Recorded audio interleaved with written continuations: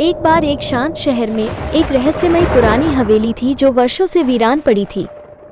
एक तूफानी रात में जिज्ञासु किशोरों के एक समूह ने इसका पता लगाने का फैसला किया।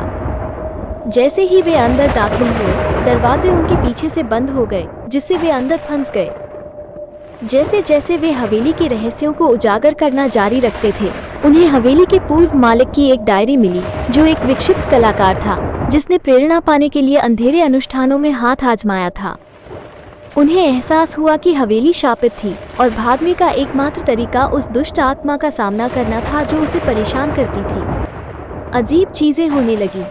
दीवारें फुसफुसाती हुई लग रही थीं और परछाइयां उनकी दृष्टि के कोनों में नृत्य कर रही थीं। वे जिस भी कमरे में दाखिल हुए वो पिछले कमरे से भी अधिक अशांत था।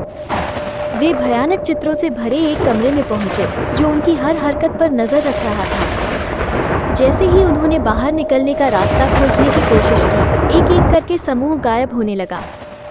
वे हॉल में अपने दोस्तों की आवाजें गूंजते हुए सुनते थे, लेकिन जब उन्होंने आवाजों का पीछा किया तो उन्हें केवल अंधेरा मिला। शेष किशोरों को एहसास हुआ कि हवेली उनके साथ खिलवाड़ कर रही थी, उनके गहरे डर से खेल रही थी। दरवाजे खुले, भोर की पहली किरण दिखाई दी। बचे हुए किशोर लड़खड़ाकर बाहर आ गए। उनके पीछे की हवेली खंडहर में तब्दील हो गई।